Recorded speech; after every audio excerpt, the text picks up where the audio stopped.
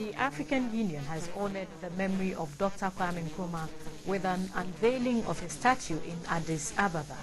Dr. Nkrumah, a founding member of the Organization of African Unity, which became the African Union in 2002, was Ghana's first president and a Pan-Africanist who reasserted that the black man was capable of managing his own affairs. This assertion heralded Ghana's independence and that of many an African country. President Atta Mills, former President Jerry Rawlings, the President of the AU Commission, Dr. Jamping, and African leaders graced the unveiling of Dr. Nkrumah's statue on the premises of the new AU Conference Center. Another report by Napoleon Ato-Kito. It took 2 years to build this magnificent AU Conference Center. The Chinese funded, built and donated the edifice to the African Union. It cost $200 million. The edifice replaces the old conference center situated adjacent on the AU grounds in Addis Ababa, Ethiopia. A promise at the China-Africa Forum in 2006 fulfilled. Chinese government representative presented the keys to the new center to the AU authorities in a symbolic handover. In doing so, the chairman of the Consultative Committee of the Communist Party in China, Mr. Jia Jiangling, said it symbolizes China's commitment to deepening relations with Africa. The other symbolic pillar at the AU grounds is the statue of Dr. Kwame Nkrumah in obtaining political independence for Ghana in 1957. Dr. Nkrumah said, "The freedom of Ghana is incomplete or meaningless if it is not linked to the total freedom of Africa." Two presidents who played key roles in recalling memories about Dr. Nkrumah are former President Jerry Rawlings and President Atta Mills.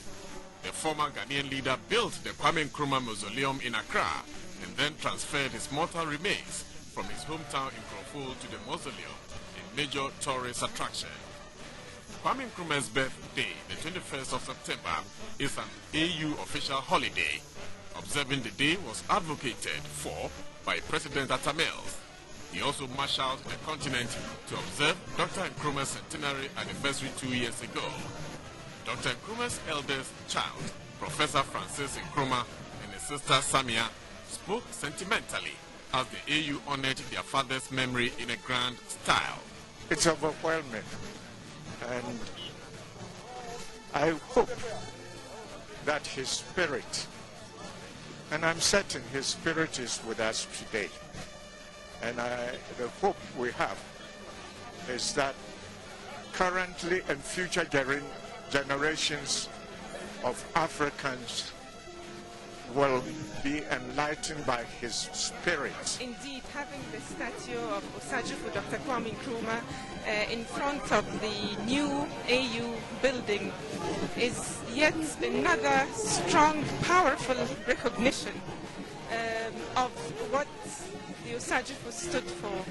And it is no coincidence that the theme of this summit is intra-African trade, because that is what he promoted most of all. The brain behind the statue was Dr. Don Arthur, an architect and a presidential staffer. Work was done on it by Manfred developers in Accra. Nkrumah was a great man, but we did not see. But when he died, his death was a purgation to all the doubts and the issues that were negative issues that were attributed to him. Here stands the greatest African, who not only thought of himself, but thought of the country Ghana, thought of Africa, thought of the world, and advocated for world peace, world without a bomb.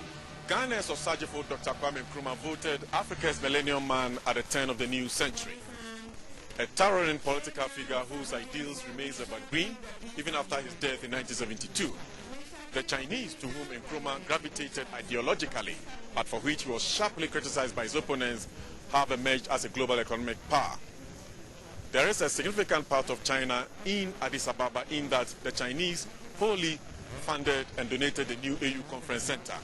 There is also a piece of Nkrumah in this African political capital, the AU, having erected his statue in front of the edifice.